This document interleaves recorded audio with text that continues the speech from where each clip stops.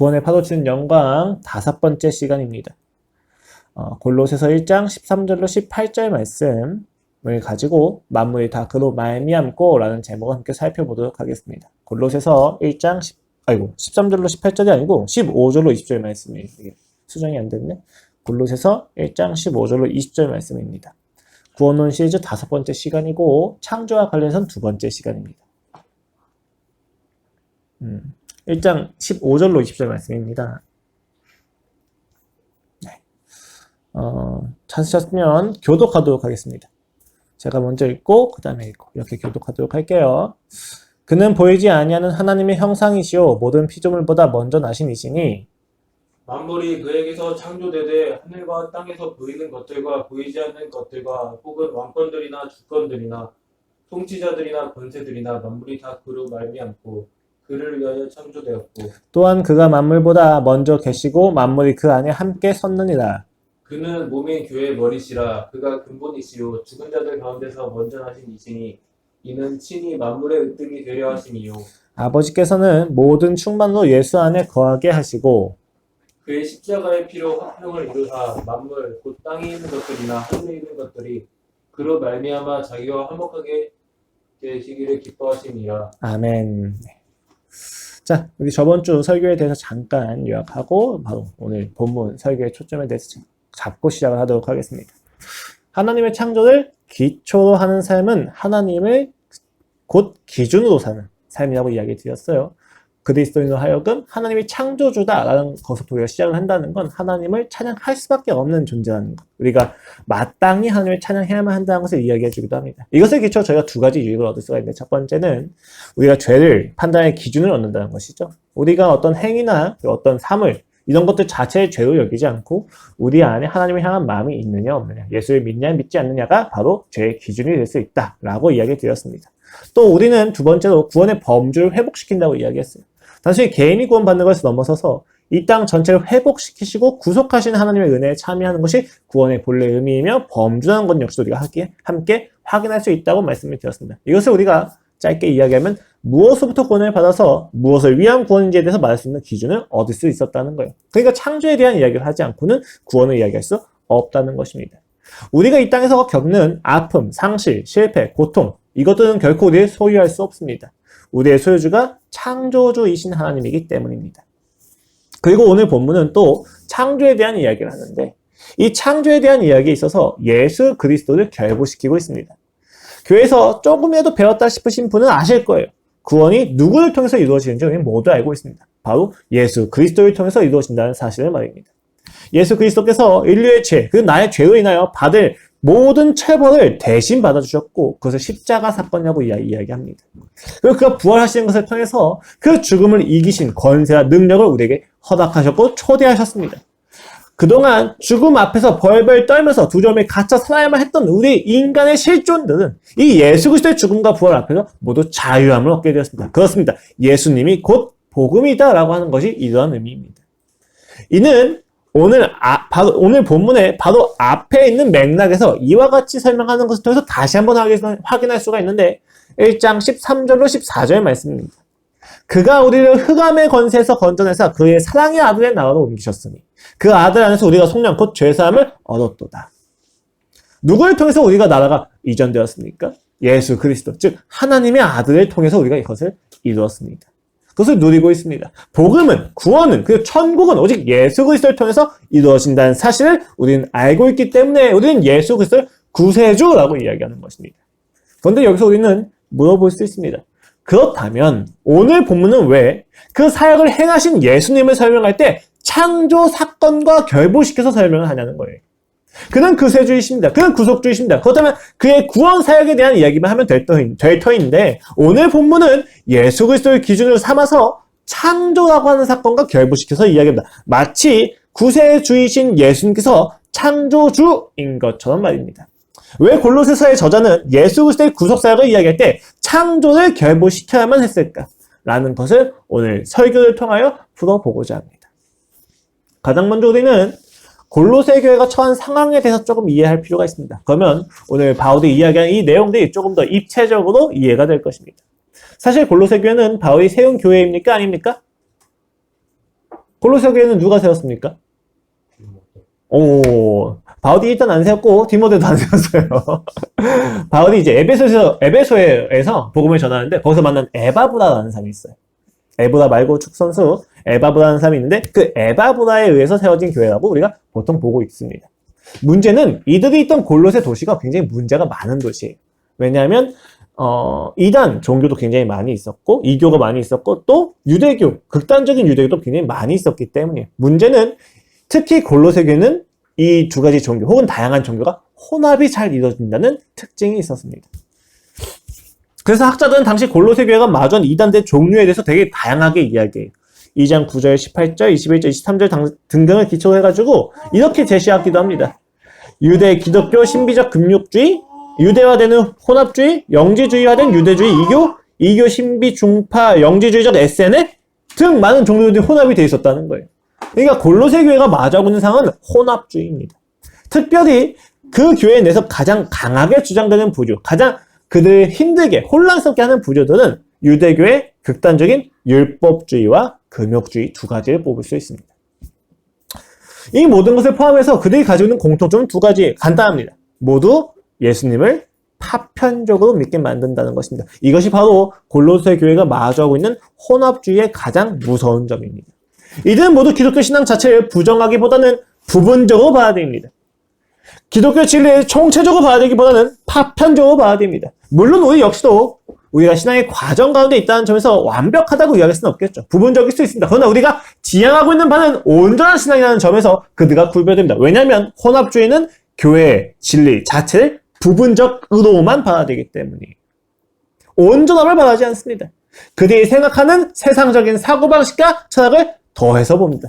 특별히 그 종류가 율법주의와 금욕주의라고 이야기하는 그 부분이라는 거예요. 율법주의도 금욕주의도 지금 이들이 마주하고는 이들 역시도 예수님을 부정하지 않습니다. 그러나 그들이 믿고 있는 예수님은 온전한 예수님은 좀 아니었던 것 같습니다. 그들은 예수님을 파편적으로 이해하고 믿고 있었다는 것입니다. 율법주의표 한번 살펴봅시다. 율법주의라고 하는 것은 율법을 지켰다고 해서 신앙이 있다고 착각하는 사람들을 의미합니다. 교회를 갔다 해서 신앙이 있다고 착각을 하는 것이죠. 예컨대 사랑의 행위로서 선물을 줬다고 해서 내가 할 수 있는 모든 사항을 했다고 착각하는 것을 우리는 율법주의라고 이야기할 수 있습니다. 당시 율법주의자들은 단순히 예수님을 믿지 않고 율법을 통해서만 의로워질 수 있다라고 이야기하는 종류만 있지는 않았습니다. 특히 골로새 교회나 갈라디아 교회 같은 경우에 그들이 이야기하는 율법주의는 예수님을 믿지만 믿는 것은 부족해 라고 하는 자들이에요. 예수님을 믿는 것을 더해서 우리가 율법을 더 해야 돼 라고 하는 것들이 바로 율법주의 혼합된 율법주의자였습니다. 이들이 주로 주장하는 것들 중에 하나가 할례입니다. 구별되어지는 것에 있어서 눈에 보이는 것을 남겨서 스스로 구별되었다고 믿고자 한다는 것이죠. 이들 골로새서에서는 이와 같이 지적을 합니다. 2장 말씀입니다. 또 그 안에서 너희가 손으로 하지 아니한 할례를 받았으니 곧 육의 몸을 벗는 것이요 그리스도의 할례니라. 무슨 의미입니까? 그리스도인은 육체적 할례가 아니라 마음의 할례를 받았다는 것입니다. 근데 그 마음의 할례가 무엇이냐? 그리스도의 할례라고 이야기합니다. 즉 그리스도가 주체가 되어서 우리의 몸에 흔적을 남기는 할례예요. 기존에 있는 육체적 할례는 내가 스스로 나의 몸에 흔적을 남겨서 구별시키는 것입니다. 그러나 오늘 골로새서에 있는 저자가 이야기하는 할례는 예수 그리스도께서 주체가 되셔서 내 마음에, 내 삶에 흔적을 남기시는 할례예요. 그것을 통해서 구별되어진다는 것이죠. 우리는 굉장히 많은 경우 중생 때의 믿음을 가지고 성화의 순간부터 노력과 행위를 열심히 가지고 내서 우리가 이루어야만 한다고 생각을 합니다. 그러나 성경은 구원의 모든 순간, 중생과 성화와 영화에 있어서 모든 순간에 있어서의 주체는 인간이 아니라 예수 그리스도를 향한 믿음이라고 이야기합니다. 이처럼 예수님을 믿으나 자신의 노력과 열심을 주요한 신앙의 기초로 이해한다면 그들은 필연적으로 주님을 파편적으로 믿는 것과 같습니다. 부분적으로 믿는 것과 같다는 이야기입니다. 그리고 이러한 부분화, 제한, 그리고 파편화는 반드시 모순을 가지고 오는데 율법주의가 가지고 있는 모순은 무엇입니까? 구원을 이야기하지만 이들은 필연적으로 정죄하는 삶을 살 수밖에 없습니다. 사랑을 가르칠 수도 있지만 사랑을 살아낼 수 없는 모순이 율법주의 안에 있다는 것입니다. 성경은 그리스도의 성화에서 해야만 하는 이웃사랑을 실천적인 자기 부인으로 이야기를 합니다. 그래서 바울은 고린도후서 4장 12절 이하에서 이와 같이 고백하기도 합니다. 그런즉 사망은 우리 안에서 역사하고 생명은 너희 안에서 하느니라. 그런데 율법주의는 자신 안에서 사망이 역사하는 것을 결코 참을 수 없습니다. 율법주의는 사랑을 위해서 하면 자신의 오음을 관철시키는 것을 포기하는 것을 이해하지 못합니다. 솔로몬 앞에 한 아이가 있었고 두 여인이 있었을 때 율법주의는 아이의 생명을 죽여서라도 자신이 생모라고 하는 오음을 주장하고자 한다는 것입니다. 이들은 사랑을 가르치지만 결코 사랑을 살 수 없는 모순 속에서 몸부림칠 뿐입니다. 이들은 사랑에 대한 이야기를 굉장히 많이 알고 지식을 많이 알고 정보를 많이 하지만 사랑이 실제적으로 주는 유익을 단 하나도 누릴 수 없어서 결국은 자기 자신마저도 자학하게 만들 수밖에 없는 모순 속에 빠져 있습니다. 이것이 예수 그리스도를 율법주의라고 하는 것을 혼합시켜서 파편화시킨 결과입니다. 또 금욕주의는 어떻습니까? 일반적으로 금욕주의는 정신은 선하고 물질은 악하다고 하는 철학적 사상에서 비롯된 종교적인 사상입니다. 운동이기도 하죠. 기독교의 타 종교에서 많이 발견되어지는데 고행을 통해서 구원을 추구하는 형태로 나타나곤 합니다. 물론 이러한 사상이 기독교 내에도 그대로 반영되기도 합니다. 그래서 예수 그리스도를 믿는 믿음을 정신적인 영역에 제한시키고 이들 입장에서 예수를 믿었을 때 가장 나타나야 되는 성화의 결과들은 육체를 만족시키는 행위를 모두 일체 금지시키는 겁니다. 왜요? 육체의 즐거움은 정신적이고 영적인 비밀을 추구하는 것에 방해가 되기 때문이에요. 이들은 예수 그리스도를 믿는 것에 있어서 육체적 즐거움, 먹는 것과 마시는 것과 성관계하는 것과 우리가 관계에서 즐거워하는 모든 육체적인 즐거움들을 배제합니다. 이들이 믿는 예수 그리스도는 정신에 그리고 관념에 제한되어 있다는 것입니다. 이것을 바울은 골로새서 2장 20절 이하에서 이와 같이 지적을 합니다. 너희가 세상의 초등 학문에서 그리스도와 함께 죽었거든 어찌하여 세상에 사는 것과 같이 규례에 순종하느냐. 곧 붙잡지도 말고 맛보지도 말고 만지지도 말라 하는 것이니 이 모든 것은 한때 쓰이고는 없어지리라. 사람의 명령과 가르침을 따르느냐? 이런 것들은 자의적 숭배와 겸손과 몸을 괴롭게 하는 데에 지혜 있는 모양이나 오직 육체에 따르는 것을 금하는 데는 조금도 유익이 없느니라. 굉장히 신나게 비판합니다. 야, 너희가 세상의 초등 학문, 즉 금욕주의를 너희가 받아들여서 살아가느냐? 그런데 그것은 자의적인 숭배, 내가 스스로의 방법과 스스로의 목적 삼아서 예배드리는 것과 겸손, 앞에 있는 18절에서 말씀하는 꾸며낸 가식을 이야기해요. 여기서 겸손은 꾸며낸 겸손입니다. 그 위선에 대해서 이야기하고 또 몸을 괴롭게 하는 것에는 너희가 추구하는 그 금욕주의가 효과가 있을 수 있어. 그런데 실제로 육체를 따르는 것을 금하는 것은 전혀 유익이 없다는 거예요. 실제로 내가 죄를 짓는 것에 있어서 죄를 이겨낼 수 있는 힘을 주는 것은 전혀 유익이 없다는 거예요. 가장 맞서 싸워야만 하는 죄를 이기는 것에는 금욕주의가 단 하나도 도움이 되지 않는다고 신랄하게 지적하는 것입니다. 아니 이들이 고행하고 이들이 육체적을 제한하는 것이 어떻게 그토록 나쁩니까? 죄를 이길 수 있는 것은 아닙니까? 그러나 그들이 아무리 열심히 자신의 몸을 고행으로 이끌어간다 할지라도 거기서 신앙은 있을 수 없다는 것입니다. 왜요? 예배는 관념에 그치지 않고 우리의 전 인격에서 나타나야만 하기 때문입니다. 그리스도인이 죄를 이기는 유일한 방법은 물질이나 특정 행위를 죄로 규정해서 하지 않는 것이 아니라 모든 아픔과 상실과 고통과 죄를 마주한 상태에서 예수 그리스도께서 이루신 사역의 가마력 앞에 내가 스스로를 죄로 여기고 나아가 그 은혜의 원리를 누리는 것에서 우리가 이야기하는 거룩이 있습니다. 단순히 죄를 하지 않는 것이 신앙의 목적이 아니라는 거예요. 단순히 죄를 멀리하는 것이 신앙의 능력이 아니라는 거예요. 신앙이 나면 죄를 맞이하고 죄를 뚫고 지나가면서 심지어 내가 스스로 그 죄에 오염된다 할지라도 내가 예수 그리스도를 믿는 것에 대해서 예수 그리스도가 나를 붙잡는 것에 대해서 부정하지 않고 받아들이고 수용하여서 내 안에 그리스도의 사랑을 누리는 것이 그리스도인이 이야기하는 거룩이란 말입니다. 그런데 그들이 열심히 금욕을 하면 할수록 어떻게 됩니까? 당당해집니다. 떳떳해집니다. 이들은 결코 스스로에게 죄책감을 느끼지 않습니다. 부끄러움도 수치도 없습니다. 왜요? 왜 그렇습니까? 그들은 열심히 고행을 통해서 괴롭기 때문입니다. 내가 이렇게 괴롭다면 무엇이 잘못되었는가?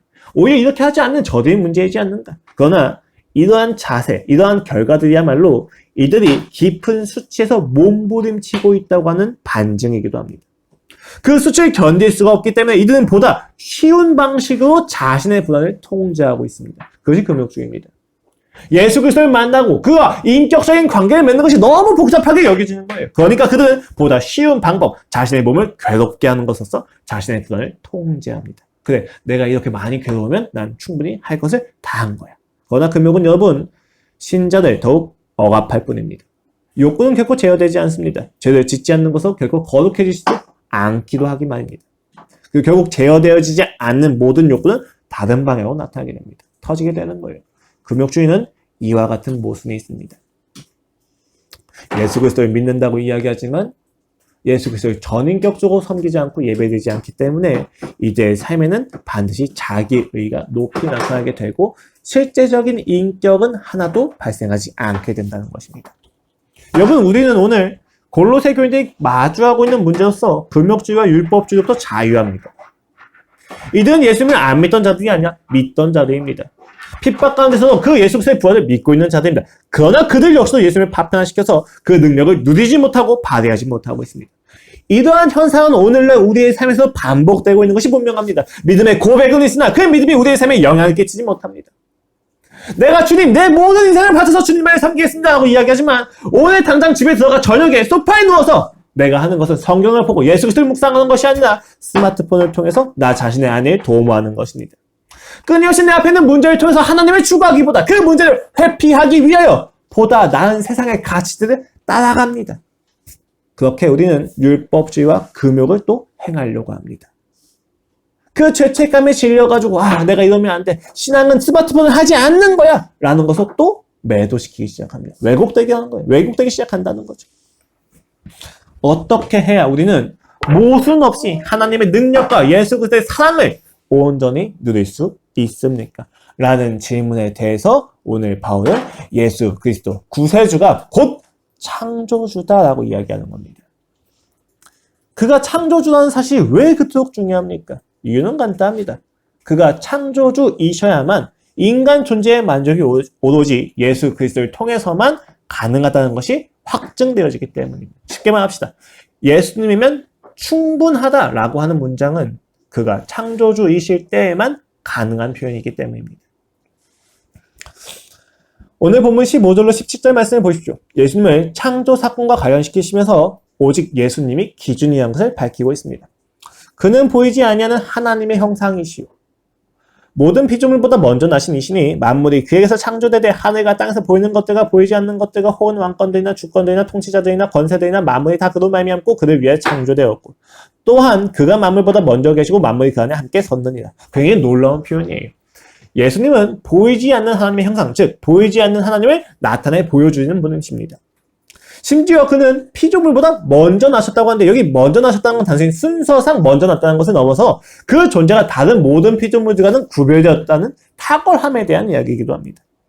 심지어 그는 이 창조가 그로부터 시작되었다고 이야기하고 이 창조가 그를 위한 거라고 이야기합니다. 그리고 그 만물이 그 안에 함께 섰다고 이야기하는데 그 만물이 그 안에 함께 섰다는 표현은 만물이 그를 원리로 삼아서 유지되어지고 있다는 당시 헬라 철학적 표현입니다. 로고스에 대한 표현이에요.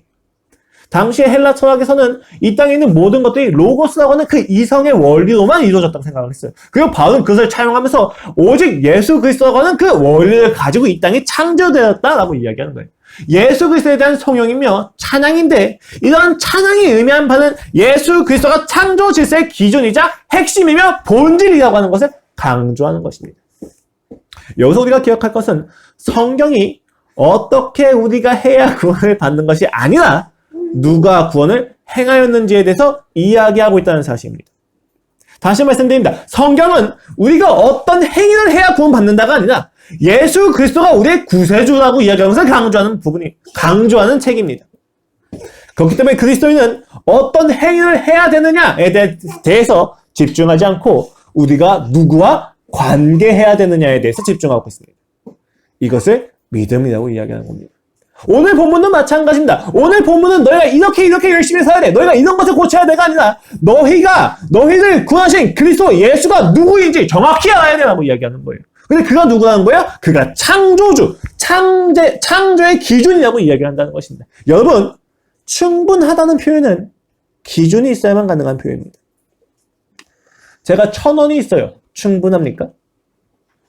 일단 제가 과자 대신에 부셔서 먹는 것을 즐겨하는 신라면 한 봉지 사는 것에 1,000원은 충분합니다.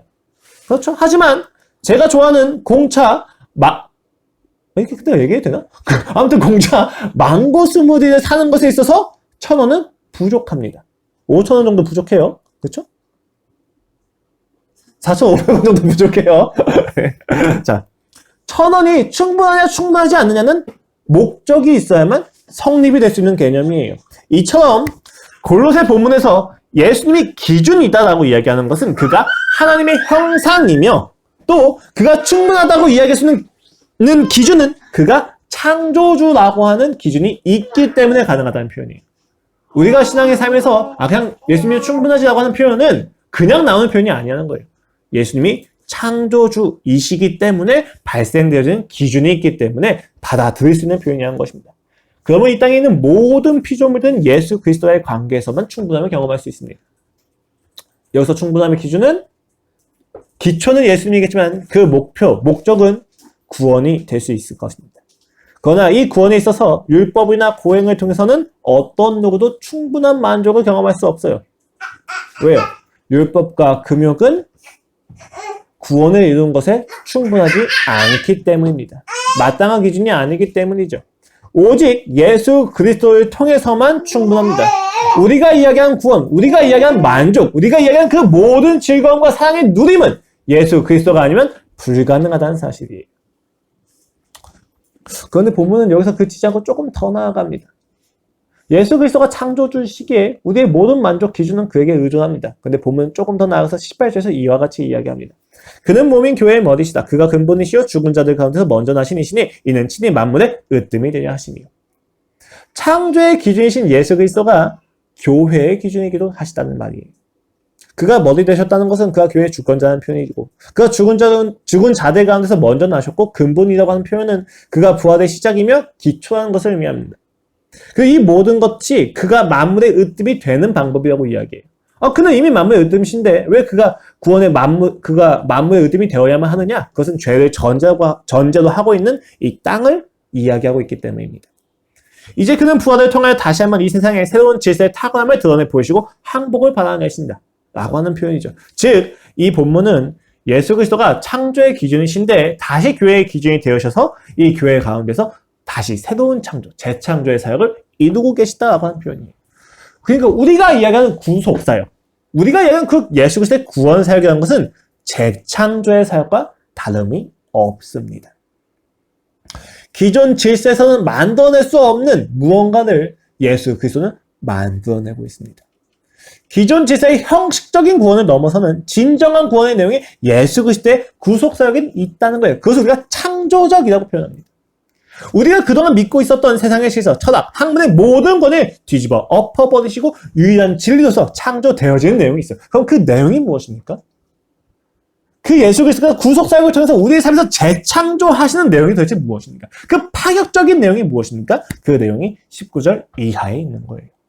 19절 이하에서 이와 같이 이야기합니다. 아버지께서는 모든 충만을 예수 안에 거하게 하시고 그의 십자가의 피로 화평을 이루사 만물 곧 땅에 있는 것들이나 하늘에 있는 것들이 다 그로 말미암아 자기와 화목하게 되기를 기뻐하십니다. 여기서 우리는 두 가지를 볼 수 있습니다. 재창조에 대해요. 첫 번째는 하나님께서는 그리스도 안에서 함께 하신다는 거예요. 지금까지 우리는 하나님이 우리 안에서 그리고 우리와 함께 한다고 알 수가 없어요. 왜요? 그는 우리 밖에 있는 존재이기 때문이에요. 심지어 당시의 헬라 철학 속에서는 플라톤주의를 기초로 한 영지주의 사상이 굉장히 많이 만연되어 있었어요. 그러니까 정신은 선하고 육체는 악하다. 이기 때문에 정신이신 하나님의 육체에 갇혀 있을 수가 없어요. 그래서 이들은 영적인 지식을 추구해서 스스로 육체에 벗어나려고 했던 거예요. 하나님과 하나가 되기 위해서. 그런데 오늘 본문이 이야기하는 것은 그 하나님이 예수 그리스도의 성육신, 육체 안에 있다는 겁니다. 이거 되게 놀라운 이야기예요. 왜요? 무한히 유한에 제한되었음에도 충만하다는 이야기를 하고 있기 때문입니다. 우리는 끊임없이 모든 제약으로부터 벗어나서 해방되어지는 것을 원합니다. 그래서 모든 제약을 억압으로 이야기를 하는 거죠. 그런데 오늘 본문은 하나님께서 예수 그리스도의 성육신에 제한되어 나타나시며 무한한 충만을 나타내 보이고 있다는 것을 이야기합니다. 그가 우리에게 구원을 전해주는 진리는 결코 제한되지 않는다는 거예요. 그러나 동시에 제한될 수도 있다는 것입니다. 이게 이해가 안 되는 거죠. 아니 그가 어떻게 제한되실 수도 있고 제한되지 않을 수도 있냐. 어떻게 이런 아이러니가 발생할 수 있느냐라고 이야기했을 때 그 기준이 무엇이냐? 둘째 본문이 그것을 정확히 나타내 줍니다. 그의 십자가 피로 화평을 주사 만물 곧 땅에 있는 것들이나 하늘에 있는 것들이 다 그로 말미암아 자기와 화목하게 되기를 기뻐하십니다. 하나님은 그리스도 안에서 거하시는 것을 통해서 우리와 화목을 이루십니다. 무한하신 분이 제한되는 것에도 불구하고 혹은 제한되는 것을 통해서 더 그 충만히 드러나는 유일한 이유는 그가 가진 무한의 목적이 사랑에 있기 때문입니다. 마치 이는 아이의 수준에 맞춰서 사랑을 전하는 아버지여도 같습니다. 제가 새아에게 해줄 수 없는 것도 많이 있지만 사실 지금 제가 새아한테 해줄 수 있는 것도 굉장히 많이 있어요. 그렇죠? 사실은. 그러니까 놀아주는 것도 가능하고 놀아주는 것도 넘어서 동물원이나 놀이공원이나 뭐 맛있는 것도 사줄 수 있는 능력도 자기 지금 당장 많지는 않지만 분명히 존재합니다. 그런데 제가 가지고 있는 모든 능력을 가지고 새아에게 주지는 않고 있어요. 왜요? 새아의 수준에 맞춰서 줘야 되기 때문에. 제가 그 새아에게 찬양을 불러줄 수 있다고 해서 찬양을 다 불러주지 않습니다. 제가 읽은 책들 다 하나하나 가르칠 수 있지만, 그 영어를 가르칠 수도 있지만, 그 간단한 산수도 가르칠 수 있겠지만, 그 모든 것이 사랑이지만, 제가 당장 새한테 모든 것을 가르치고 모든 것을 주진 않아요. 왜요? 새의 눈높이에 맞춰야 되기 때문입니다. 제가 가지고 있는 능력을 제한시킵니다. 왜요? 사랑하는 사람과의 관계에서 상대의 눈높이에 맞춰주는 것이 되게 중요하기 때문이에요. 여러분, 사랑이라는 것은 때때로 그런 배려가 반드시 있어야만 할 때가 있습니다. 우리가 가지고 있는 능력을 마음껏 보여주는 것이 사랑이 아닌 거예요. 새아가 마주하는 모든 문제를 내가 해결해 주는 것이 사랑이 아닌 거예요. 그 아이가 온전히 성숙해질 수 있도록 그 눈높이에 맞춰서 그 아이가 마주해서 해결해야 되는 문제를 주고 그 문제를 그가 스스로 이겨내게끔 계속 바라봐주고 함께 해주는 건 역시도 하나의 사랑입니다. 무한히 유한으로 제한되었다는 것은 그러한 것을 의미합니다. 하나님께서는 그것을 이루신 거죠. 심지어 그 화목의 범주는 어디입니까? 단순히 나와 하나님을 넘어서서 하늘과 땅에 있는 모든 피조물들과 하나님의 관계를 회복시킵니다. 이것은 예수 그리스도가 창조주라고 하는 사실의 기초로 우리가 가지고 있는 신앙이 파편화되어 있지 않으면 총체적이라는 것을 의미합니다. 여러분, 예수 그리스도를 향한 신앙은 이 땅의 어떤 피조물이나 현상을 배척하지 않습니다. 예컨대 여러분이 예수님을 믿었으니 이제 모든 소유를 버리십시오. 이제 모든 자기 사랑을 버리십시오. 헌신하는 인생을 고행과 함께 실천하셔야만 합니다. 라고 설교하지 않습니다. 왜요? 예수 그리스도는 모든 행위와 현상들 속에서 예수 그리스도를 더욱 사랑하는가? 예수님을 통하여 하나님의 성품을 알았는가? 십자가의 사랑을 현저하고 체험하고 있는가를 묻고 있기 때문입니다. 이것이 바로 총체적이라고 하는 의미입니다. 그를 믿는다면 우리는 오히려 돈을 더 많이 벌 수도 있습니다. 그러나 동시에 그를 믿기 때문에 더 나은 가치를 위하여 모든 돈을 버릴 수 있습니다. 근데 세상은 그렇지 않습니다. 세상은 돈을 벌 수는 있지만 돈을 버리지 못하는 모순을 가집니다. 돈을 버리긴 하지만 돈을 벌지 못하는 모순이 발생합니다. 이들은 이중잣대를 가지고 있고 그 이중잣대의 모순을 그대로 받아들이면서 삶에서 살아날 뿐입니다. 돈이 행복의 기준이 아니다고 이야기하지만 그들은 돈이라고 하는 가치 자체를 포기하지 못하고 행복의 기준과 같이 이야기합니다. 그들은 분명히 의미상, 그리고 추상적인 부분에서 인간의 인격적인 관계, 가족, 사랑이라는 게 되게 중요하다는 걸 알지만 그들은 결국 돈을 벌 수밖에 없는 상황으로 갑니다. 그리고 돈을 벌어야만 사랑이 유지될 수 있다고 믿는 거예요. 모순 속에 있는 것입니다. 그러나 우리가 믿는 예수 그리스도는 그렇게 모순적이지 않습니다. 빈약하지 않습니다. 모든 것을 수용할 수 있습니다. 돈을 벌지 말라고 이야기하지 않아요. 그러나 돈을 가치 삼지 말라고 이야기합니다. 이 땅의 모든 상태와 물질과 그리고 현상을 포괄할 수 있는 총체성의 기준이 예수 그리스도가 우리의 창조주라고 하는 사실 속에 있습니다. 그가 십자가의 죽음과 부활을 통해 우리 안에서 하나님의 성품과 사랑을 끊임없이 바라는 마음을 창조하셨기 때문이에요. 그것이 예수 그리스도가 구속사역을 통해서 이루신 재창조의 능력입니다. 우리 안에 하나님을 향한 사랑의 마음을 회복시킨 겁니다. 여러분, 우리는 사실 교회 안에 있음에도 불구하고 모순이 많이 있죠. 그렇죠? 실질적으로 경험한 게 굉장히 많이 있습니다. 내가 예수님을 믿지만 세상의 가치가 더 좋을 때가 있습니다. 충동적이지만 그 세상의 가치에 빠져 있을 때도 많이 있습니다. 그래서 우리는 우리 스스로가 모순이고 우리가 죄인이고 우리가 더 이상 구원받을 수 없는 존재라고 생각할지도 모르겠습니다. 그러나 예수 그리스도께서 여기서 우리의 마음에 창조하신 근본은 단순히 죄를 하지 않게 하는 마음이 아니라 이 모든 죄악들 가운데서도 끊임없이 하나님을 향하여 기준을 가지고 있게 만들었다는 거예요. 세상을 추구하면서 하나님을 향하여 기준을 가지고 있지 못하고 그들을 사랑하지 못하면 결코 죄책감을 느끼지 않습니다. 이상함을 느끼지 않아요. 그런데 문제는 신자는 끊임없이 세상을 탐닉하면서 그 마음의 이면에 하나님을 떠올리고 그 하나님을 떠올리면서 나의 삶이 바른지 바르지 않은지 끊임없이 따지며 내가 오히려 존경하고 사모하는 삶을 살기를 내심 바라고 있다는 거예요. 우리 안에 이런 기준이 왜 발생했습니까? 예수 그리스도께서 우리의 마음을 창조하신 마음입니다.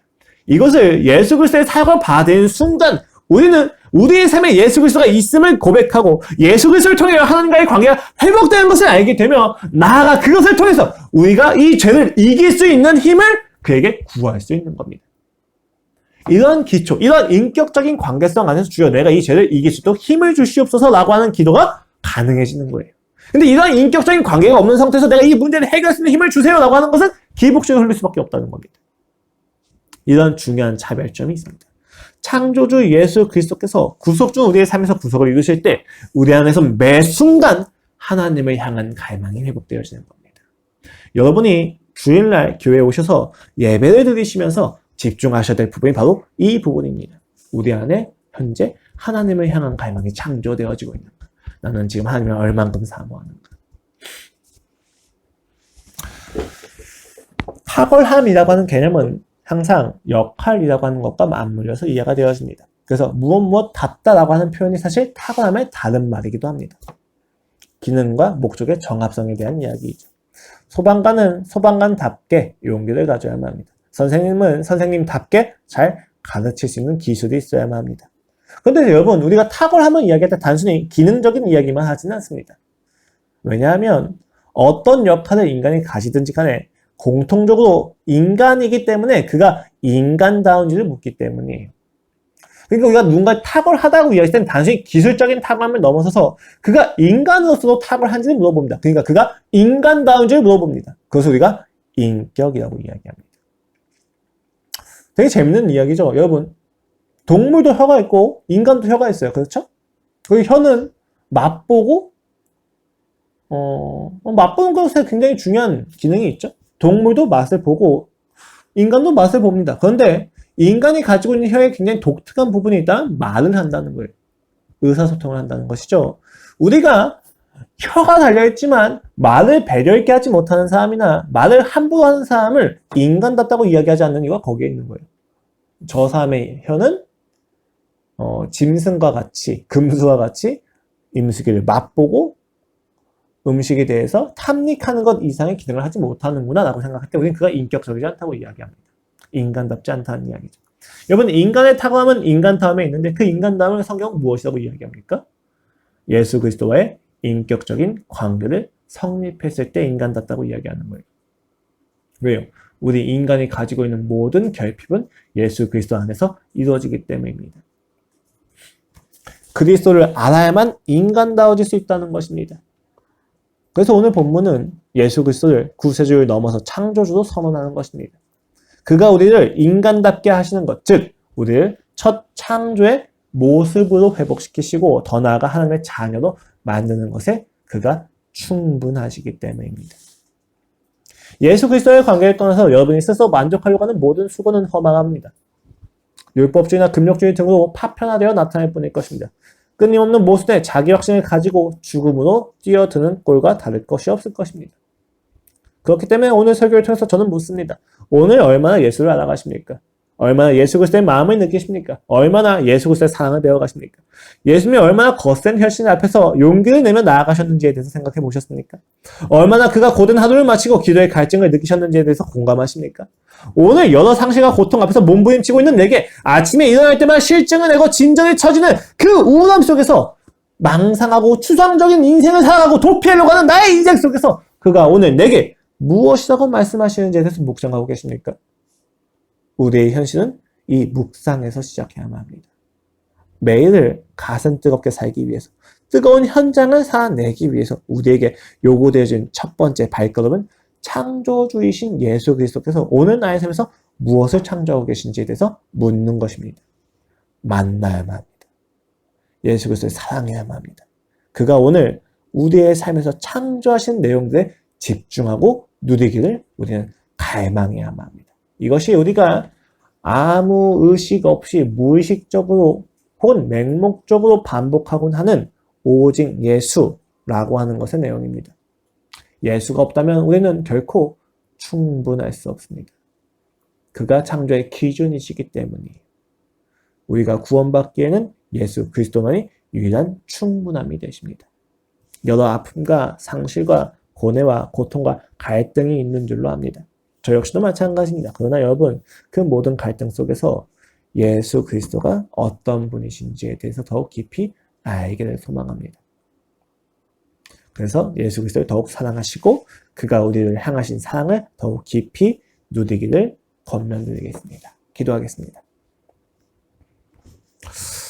하나님 아버지, 우리가 다시 한번 주님 앞에 섭니다. 주님이 아니라면 우리는 일어설 수 없습니다. 주님이 아니라면 우리는 살아갈 수 없습니다. 이 땅의 어떤 것도 나를 충분하게 만족시켜주지 않습니다. 금욕주의도, 율법주의도 우리를 만족시킬 수 없습니다. 부분적인 만족에 나의 인생을 던지지 말게 하여 주시옵소서. 물론 우리는 물어볼 수 있습니다. 예수 그리스도를 충분히 만나도 나는 충분하지가 않습니다. 그러나 이 충분하지 않음은 없기 때문에 충분하지가 않은 것이 아니라 우리가 더욱더 충분함과 충만함을 알아가는 과정에서 발생하는 것임을 알게 하시고 고행과 율법주의가 우리에게 주는 불충분함은 그 자체들이 줄 수 있는 만족이 이미 제한되어 있는 불안정함 속에 있다는 것을 알게 하시고 분별하게 하여 주시옵소서. 주님, 오늘 살아내기 소망합니다. 이 오늘 살아내는 것에 있어서 주님을 알므로 우리가 잘 때 평안이 있게 하여 주시옵소서. 감사합니다. 주님, 예수 그리스도의 이름으로 기도드렸습니다. 아멘.